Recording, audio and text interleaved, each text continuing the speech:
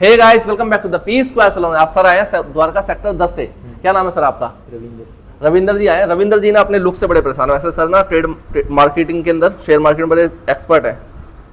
ठीक है, ये तो इनका एक सेकंड का मार्जिन है जो इसमें सर्विस ले रहे हैं राइट। तो ये बाल जो इतने फ्रिजी हो गए, इसमें दो चीजें देखो, बालों को सीधा करना टारगेट नहीं है, बालों को अच्छा करना भी टारगेट है। ये सीधा कर देंगे बालों का, फ्रिजी रहेगा तो फायदा ही कैसे चीज होगा।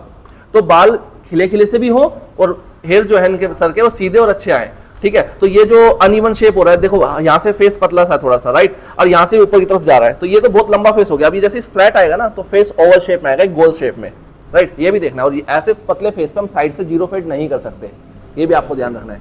तो ये शेप, फेस की शेप भी बनाएंगे वो, और पहले हम ट्रीटमेंट करते हैं स्मूथनिंग और केराटिन स्टेप टू स्टेप। कैसे होता है मैम, वो सर की ना बहुत अच्छी वाली क्या बनाई है हमने, रील्स। ये देखो साइड में इंस्टाग्राम दिख रहा है, इधर भी जाके देखो और बताओ कैसी लगी। Thank you. सो गाइस, किसी भी ट्रीटमेंट के लिए सबसे पहले क्या होता है, हेयर वॉश। शैम्पू लगा के बिल्कुल अच्छे से बालों को साफ कर लो ताकि आपका प्रोडक्ट अच्छे से उस पर काम कर पाए। नहीं तो आपके डस्ट और पोल्यूशन कहीं कहीं से बॉन्ड ब्रेक कर देगा और कहीं से नहीं होगा। तो स्मूथनिंग करने वाले हम सबसे पहले, और स्मूथनिंग के लिए हमारा आगे स्मूथनिंग का प्रोडक्ट ये रहा। और इसके लिए एक छोटी सी डिटेल, आप बोलते हो प्रोडक्ट स्मूथनिंग क्रीम कैरोलाइन मतलब स्टिक्स की आती है इस नाम से, ग्लैड शॉर्चकॉफ की ब्रांड की आती है, एक्सटेंस और लॉरियल की आती है, और भी बहुत सारी आती है, जैसे ऑप्टी करके मैट्रिक्स की भी आती है। तो smoothening cream, types of smoothening cream आती है, और इसमें अमाउंट का भी बहुत वेरिएशंस है, लिटरली बहुत वेरिएशंस है इसमें। मतलब सस्ती महंगी काफ़ी आती है, 300-400 रुपये से स्टार्ट हो जाती है, और 2,500 तक की, 2,000 रुपये तक की तो आई जाती है। अगर बिल्कुल ओरिजिनल लोगे तो 1,400 रुपये की कुछ तो लॉरियल आ जाती है। उसके साथ उसका न्यूट्रलाइज़र मिलाओगे तो काफ़ी कॉस्टली पहुंच जाती है वो।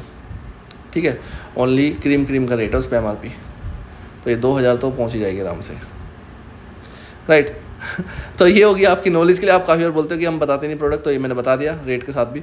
और ये सबसे पहले स्मूथनिंग क्रीम, आप स्मूथनिंग क्रीम लगाएंगे बिल्कुल तरीके से, बहुत फाइन तरीके से लगानी है। और जैसे आपका बॉन्ड ब्रेक हो, हम एमल्सिफिकेशन कर सकते हैं थोड़ा सा। ठीक है, और काफ़ी बार मैं बताता हूँ कि रूट्स पे नहीं लगानी है, और फिर उसके बाद कमेंट आता है कि इमल्सिफिकेशन के टाइम पे रूट्स पे, इमल्सिफिकेशन के टाइम पे रूट्स पे पानी भी लगा होता है, वो ज़्यादा स्कैल्प को हार्म नहीं करता बिल्कुल भी। और जो रूट्स के पास से बिल्कुल ही जो हल्का सा बाउंस रह गया होता है, हमने जो आधे 1 इंच का गैप छोड़ा होता है, वो उसको फुलफिल कर देता है, बिल्कुल फ्लैट होकर हेयर आता है राइट। उसके बाद भी अगर आपको नेचुरल बाउंस चाहिए तो उसे 1 इंच को आप बिल्कुल भी हाथ ना लगाएंगे, तब भी आपको बहुत फ़र्क पड़ा चलेगा।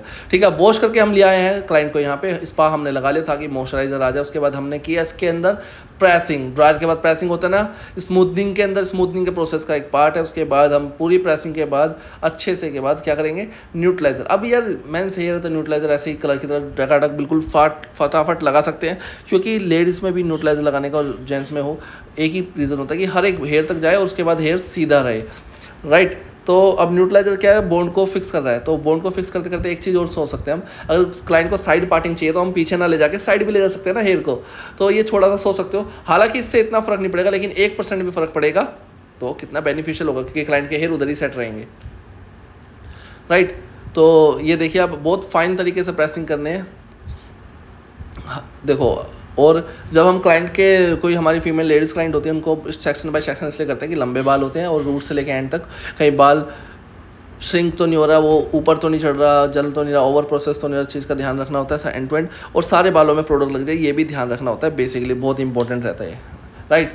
तो इसलिए हम उस पर स्टेप टू स्टेप करते हैं, लेकिन मेंस में उतना ही ईजी हो जाता है। अब वो मेंस हो या लेडीज़ हो, बाल अगर आपके क्लाइंट के हेयर्स जो बाल हैं, हेयर्स हैं, वो शॉर्ट है लेंथ के अकॉर्डिंग, लेंथ मतलब उसकी लंबाई शॉर्ट है, वो लेडीज़ हो या जेंट्स हो डजंट मैटर ना।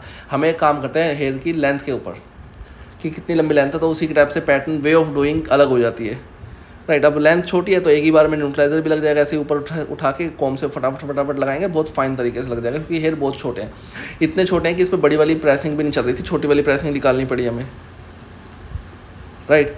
तो ये चीज़ों का आपको ध्यान रखना है। प्रेसिंग देख रहे हो आप कितने फाइन तरीके से हो रही है। जैसे हमारी प्रेसिंग पूरी, तो हमने निकाल लिया अपना न्यूट्रलाइज़र, ये आ गया हमारा न्यूट्रलाइज़र, और एक बार ही हम लगा देंगे ऐसे भर के, देख रहे हो बहुत फाइन तरीके से, बिल्कुल भर के लगा दो, कहीं कुछ नहीं जा रहा। उसके बाद कॉम जरूर करना है, बैक टू बैक कॉम करते रहना है, हेयर को बहुत फाइन तरीके से रखना है। ये देखो कितना फाइन है राइट, ये देखो। और हालांकि हमने साइड वाले हेयर्स पे प्रेसिंग नहीं करी, लेकिन उस पर हम न्यूट्रलाइजर जरूर लगा पाएंगे। देखो ऐसे साइड में कर लेना, इनको बालों को दिख रहा है साइड की पार्टिंग लगी हुई है, तो क्लाइंट को इधर से ही पार्टिंग करते हैं, तो हमने हल्का सा कर दिया, क्या पता 1% उधर ही मूव हो जाए राइट। तो अब हमने वॉश कर लिया, वॉश करके क्या करेंगे अब हम, बताओ आप क्या करेंगे, क्या बात हुई थी स्टार्टिंग में, इंट्रो दिया था ना पूरी वीडियो में, केराटिन एप्लीकेशन। केराटिन एप्लीकेशन कैसे, बहुत फाइन सेक्शनों पे जैसे न्यूट्रलाइजर लगाया था वैसे ही हो रही है, देखो आप कितने फाइन तरीके से हो रही है। और जैसे ही इसका टाइम पूरा होएगा 1 घंटे बाद हम इस पर क्या स्टार्ट कर देंगे, ड्रायर, प्रेसिंग, फिर उसके बाद रिंस आउट। मैंने बोला ना वॉश नहीं बोलता हूँ मैं यहाँ पे, और काफ़ी बार वॉश बोल दूँ तो वो तो बाय मिस्टेक हो गया होगा क्योंकि आदत में रहता है। अदरवाइज़ कभी भी किसी भी ऐसे ट्रीटमेंट के बाद उसके अंदर वॉश सेम डे नहीं होता है, उसके अंदर रिंस आउट होता है, अगर प्रोडक्ट के अंदर वो क्वालिटीज़ या प्रोडक्ट उस टाइप का है तो। अब देख रहे हो आप कितना फ़ाइन, देखो ड्रायर से कितना फ़ाइन आ रहा है, क्योंकि स्मूथनिंग का रिजल्ट तो पहले ही आ चुका है ना। न्यूट्रलाइजर वॉश करते बाल तो सीधे हो गए, कितने ज़्यादा बिल्कुल ही करली हेयर थे, मतलब वेवी नहीं थे, करली हेयर थे, तो कितना फ़ाइन आएगा। बहुत तरीके से हमने प्रेसिंग करेंगे, रिंस आउट करेंगे और आपको फाइनल लुक भी दिखाएंगे, बहुत फाइन और तगड़ा लुक आएगा, टेंशन ना लो। और ये हेयर आपको आगे पीछे करके दिखाऊंगा बहुत फाइन तरीके से, इतना बेहतरीन रिजल्ट आएगा, अच्छा लगेगा, राइट। तो प्रेसिंग तो आपके सामने हो ही रही है। अब प्रेसिंग के अंदर यहाँ पे बड़ा ध्यान रखना है, ठीक है। अब देखो उसके अंदर पहले तो हो नहीं पा रही थी ना क्योंकि बाल टेढ़े थे, तो यहाँ पे आपने नोटिस किया कि जब बाल बिल्कुल प्रॉपर सीधे हो जाते हैं ना, उसमें स्मूथनिंग क्रीम के बॉन्ड के बाद तो इतना होता नहीं, लेकिन जब न्यूट्रलाइज़र आपने फिक्स कर दिया, देखो न्यूट्रलाइज़र फिक्स कर दिया उसके बाद बाल लंबे हो गए, तो यहाँ पे क्या हुआ है कि हमने जो है हमारी प्रेसिंग हल्की सी इसके अंदर बड़ी वाली भी यूज़ हो पा रही है, देखो, क्योंकि पहले बिल्कुल कर्ली से बाल थे और वो हल्के से वेव उसका लूज़ हुआ था, राइट। तो प्रेसिंग करने में दिक्कत आ रही थी।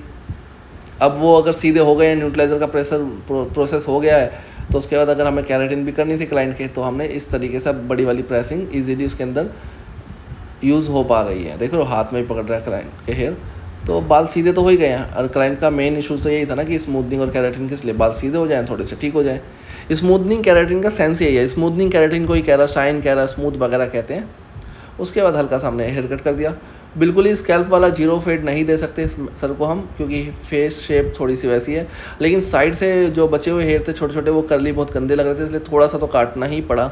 हालांकि हम भी जब भी आप कट करें तो हमेशा आप फेस शेप की ध्यान रखेंगे बहुत ज़्यादा, ठीक है। और अब इसमें एक प्लस पॉइंट हो रहा है, अगर आप हैंड टू हैंड देखो स्मूथनिंग केराटिन करने के बाद क्लिप लगा रहे हो, बैंड आ सकता है ना, आ सकता है, लेकिन जब आपने स्मूथनिंग के बाद केराटिन कर दी तो उसके बाद रिस्क कम है, उसके बाद भी लास्ट में आप ड्रायर मार सकते हो। लेकिन खाली स्मूथनिंग, अगर ओनली स्मूथनिंग आप करें तब बिल्कुल भी रिस्क ना लें ऐसा, क्योंकि वो बैंड फिर ड्रायर से नहीं जाएगा, उसके लिए या तो hand to hand pressing, otherwise वो आ गया तो आ गया।